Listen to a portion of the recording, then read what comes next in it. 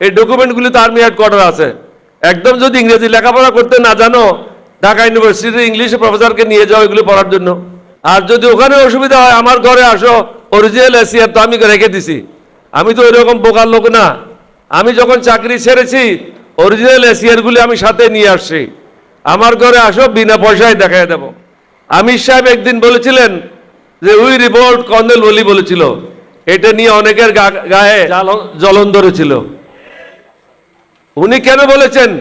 জিয়াউর রহমান নিজেই লিখেছেন এসিআরে annual confidential report, this officer played the main role which enabled 8 Bengal, East Bengal regiment to revolt on the crucial night of 25th-26 March. এই অফিসারই 1971 সালের 25-26 March রাত্রে বিদ্রোহে গুরুত্বপূর্ণ ভূমিকা পালন করে। আমি বিদ্রোহ না করলে তখন কিন্তু বিদ্রোহ হতো না। উনি ছিলেনই না, উনি অনুপস্থিত ছিলেন। উনি চট্টগ্রাম বন্দরের দিকে যাচ্ছিলেন। ওনাকে যদি ফিরে না আনতাম, কয়েক মিনিট পর উনাকে মেরে কর্ণফুলিতে ফেলাই দিত। এছাড়াও পরের বছর 73 ইংরেজিতে তৎকালীন মেজর শওকত, ব্রিগেডিয়ার শওকত হিসেবে চট্টগ্রাম ব্রিগেডের কমান্ডার ছিল। উনি আমাদের তৃতীয় সিনিয়র লোক ছিল যুদ্ধের সময়। উনি কি লিখেছেন? This officer on his own initiative as Ziaur Rahman to declare independence of Bangladesh. এই অফিসারে জিয়াউর রহমানকে বলছে স্বাধীনতা ঘোষণা করার জন্য। তো তোমাদের গাত্রদাহ কেন হচ্ছে? এই ডকুমেন্টগুলিতে আর্মি হেডকোয়ার্টার আছে। একদম যদি ইংরেজি লেখাপড়া করতে না জানো, ঢাকা ইউনিভার্সিটির ইংলিশে প্রফেসরকে নিয়ে যাও এগুলি পড়ার জন্য। অসুবিধাটা কোথায়? আর যদি ওখানে অসুবিধা হয়, আমার ঘরে আসো, অরিজিনাল এসিআর তো আমি রেখে দিছি। আমি তো ওইরকম বোকার লোক না। আমি যখন চাকরি ছেড়েছি অরিজিনাল এসিআরগুলি আমি সাথে নিয়ে আসছি। আমার ঘরে আসো, বিনা পয়সায় দেখায় দেব। সুতরাং আমিরকে টিটকারি না মেরে এটা গ্রহণ করো। সত্যকে গ্রহণ করা একজন মানুষের কাজ। এটা অস্বীকার করে বেশি দিন টিকতে পারবে না। সত্যিকার অর্থে এই পাকিস্তানের বিরুদ্ধে বিদ্রোহ করার জন্য যে লোকটা প্রথমে চিন্তা করেছিল, তিনি হলেন লেফটেন্যান্ট কর্নেল আমার চৌধুরী, মুজিবুর রহমান চৌধুরী। ওনার আমি খুব একজন ঘনিষ্ঠ লোক ছিলাম। উনি ছিলেন 4 বেঙ্গল রেজিমেন্টের অধিনায়ক। বদলি হয়ে আসেন চট্টগ্রামে, chief inspector East Bengal regimental centre. আমাকে বলা হতো blue white boy of M R Chowdhury. উনি আমাকে ডাকে চট্টগ্রাম সেনানিবাসে নিয়ে গেলেন। আমি ছিলাম 16 শহরে। উনি বললেন যে আমাদের কোনো ভূমিকার প্রয়োজন ছিল না। উনি সরাসরি প্রস্তাব দিলেন, বাংলাদেশের এই অবস্থাতে কি করা দরকার। আমি স্যার, বিদ্রোহ করতে হবে, দেশ স্বাধীন করতে হবে। বলছে এগ্রিড, তুমি তোমার প্রস্তুতি গ্রহণ করো, আমি আমার প্রস্তুতি গ্রহণ করি। কয়েকদিন পরে জিয়াউর রহমান সাহেব উনার বাসায় আমাকে ডেকে পাঠালেন। প্রথম দিন আমি উনার সাথে কথা বললাম না, কারণ উনিও ছিলেন আইএসআইয়ের একজন কর্মকর্তা, আমিও ছিলাম। সুতরাং তাকে আমি আগের থেকে জানি না, চিনি না, কোথায় কথা বলে কি বিপদে পড়ি। প্রথম দিন আমি উনার কথাগুলি শুনে চলে আসলাম। কয়েকদিন পর উনি আমাকে আবার ডাকলেন, আবার ডেকে জিজ্ঞাসা করলেন, আমি বললাম এত ভূমিকা রাখেন কেন, আসলে কি করতে চান সেটাই বলেন। বলছে কি করণীয়? আমি বলছি আপনি বলেন কি করণীয়।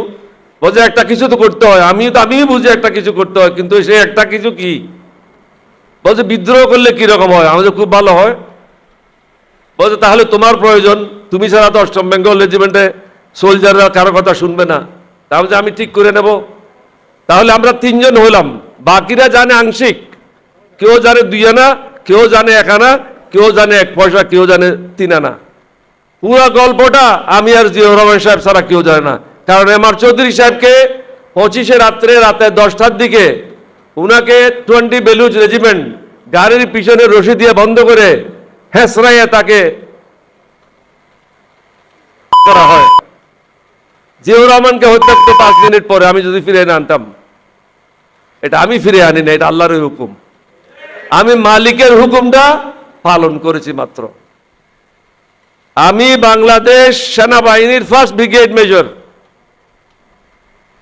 কত বড় অন্যায় আর্মিতে হয় সেটা এখন বুঝেন, বুঝানোর জন্য। জিয়াউর রহমান দ্বিতীয় ঘোষণা, প্রথম ঘোষণা দিলেন, I declare myself as a provisional head of the state and independence of Bangladesh. 27 তারিখ সন্ধ্যায় কালুঘাটে ট্রান্সমিটিং স্টেশন ছিল না, ব্রডকাস্টিং স্টেশন ছিল না, ট্রান্সমিটিং ছিল। ওটাকে আমরা রূপান্তর করে ব্রডকাস্টিং স্টেশনে আনলাম। ওটার থেকে তিনি ব্রডকাস্ট করলেন, আমি পাশে বসা ছিলাম। 30 তারিখে উনি আরেকটা ভিন্ন কারণে, যেটা কখনো বলা যাবে না, এটা হলো গোপনীয়তা আমার এবং উনার মধ্যে। তাহলে তিনি যখন রাষ্ট্রপতি ছিলেন তাহলে যে একটা মন্ত্রিসভা হয়েছিল নাকি হয় নাই?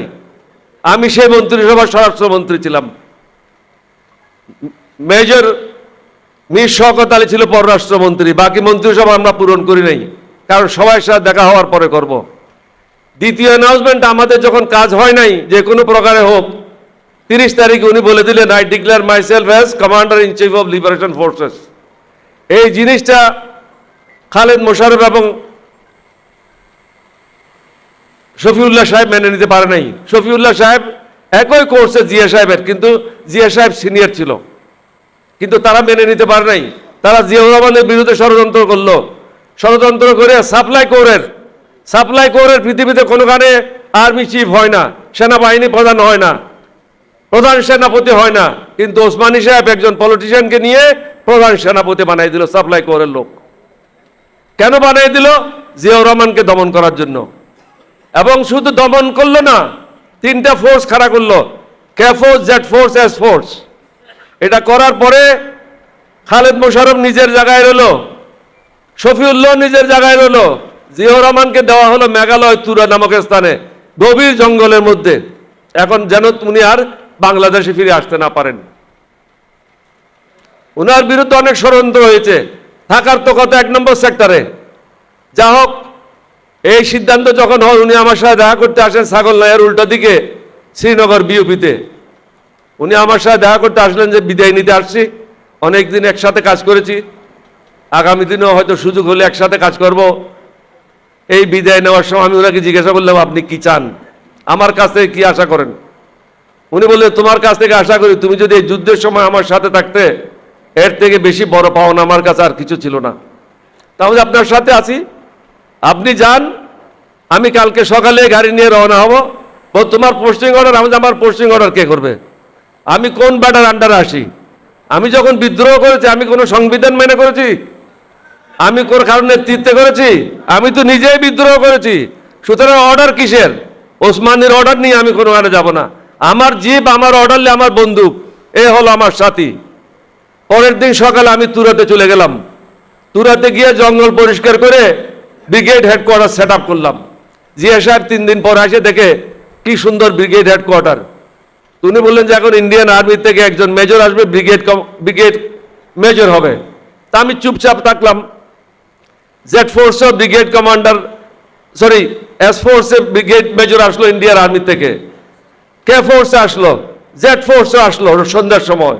আমি ওকে বললাম রাত্রে খাও আর ঘুমাও, সকালে নাস্তা করে এখান থেকে ভাইগে যাও। ও বলে কেন? আমি যে এখানে আর কেউ থাকবে না, এখানে আমি ছাড়া আর কেউ নেই, আমার বন্দুক থাকবে সাথে, উল্টাপাল্টা কাজ করলে কি করবো এটা বুঝতে পারো। তো জিয়াউর রহমান সাহেব আমাকে ডাকলেন, বলে তুমি কি ব্রিগেড মেজর কাজ জানো? আমি জানি না। আপনি তো ব্রিগেড মেজর কাজ জানেন, আপনার থেকে শিখবো। আমার যে সুবাদার মেজর রহমান আছে, সে তো 2য় বিশ্ব সুবাদার, তার কাছ থেকে শিখবো। কিন্তু ইন্ডিয়ান অফিসার জেড ফোর্স হেডকোয়ার্টারে থাকবে না। আমি বিদায় করে দিলাম। শেষ পর্যন্ত 4 জন অফিসারের ডিউটি আমি করেছি। জিয়াউর রহমান লিখেছে, আমার অ্যানুয়াল কনফিডেন্সিয়াল রিপোর্টে লিখেছে that at times he performed the duty of DQMG and other. আমি যেটা বলতে চেয়েছিলাম, আমি যে ব্রিগেড মেজর ছিলাম, সেনাবাহিনীতে এই অর্ডারটা হয় নাই। 1971-এও হয় নাই, 1972-এও হয় নাই, 73-এও হয় নাই, 74-এও হয় নাই, 75-এ আমি যখন আর্মি হেডকোয়ার্টার আসলাম, তখন মিলিটারি সেক্রেটারি ছিল ব্রিগেডিয়ার নাসিম, পরে সেনা প্রধান। তাকে আমার অফিসে ডেকে পাঠাইলাম। আমি যে আজকে সন্ধ্যার মধ্যেই এটা অর্ডার হবে। দ্যাট ক্যাপ্টেন ওলি ওয়াজ ব্রিগেড মেজর এই পিরিয়ড থেকে এই পিরিয়ড পর্যন্ত। তা আপনি শুধু বৈষম্য বাইরে হয় এটা না, আর্মিতেও আমার প্রতি বৈষম্য হয়েছিল। এই বৈষম্য থেকে আমাদেরকে বের হতে হবে। যারা আল্লাহকে মানে না, নবীকে মানে না, তারাই বৈষম্য করে। আল্লাহ রসুলকে মানলে, নিয়মিত 5 ওয়াক্ত নামাজ পড়লে বৈষম্য কখনো হবে না। আমি কালকেই একজন আলেম ওয়াজ করতেছিল, ওটা শুনলাম। বলল যে ছেলে যদি হাসি মুখে বাবার চেহারাটা দেখে, সে যদি হজও করে, এই হজের কোনো গ্যারান্টিও নাই, ওয়ারেন্টিও নাই। কিন্তু বাবার যে হাসি মুখে মুখটা দেখলো, এটা একটা হজের সওয়াব হয়ে গেল। যেখানে মা বাপকে এত ইজ্জত দিয়েছে আল্লাহ রাব্বুল আলামিন, সেই কথাটাই তো আমিরে বলেছিল। তাহলে অন্যদের গাত্রদাহ কেন হলো? মন্দির ভেঙে দেবে, ওইটা করবে ওইটা করবে, মেয়েদেরকে ঘরে ঢুকিয়ে দেবে। ভাই, আমরা কাকেও কোনো ঘরে ঢুকাবো না, আমরা ঢুকাবো চোরদেরকে জেলে, দুর্নীতিবাজদেরকে জেলে, চাঁদাবাজদেরকে জেলে। বাকি যারা ভালো মানুষ তারা প্রকাশ্যে ঘুরে বেড়াবে। আপনাদের সবাইকে ধন্যবাদ। বাংলাদেশ জিন্দাবাদ। আসসালামু আলাইকুম রহমতুল্লাহ।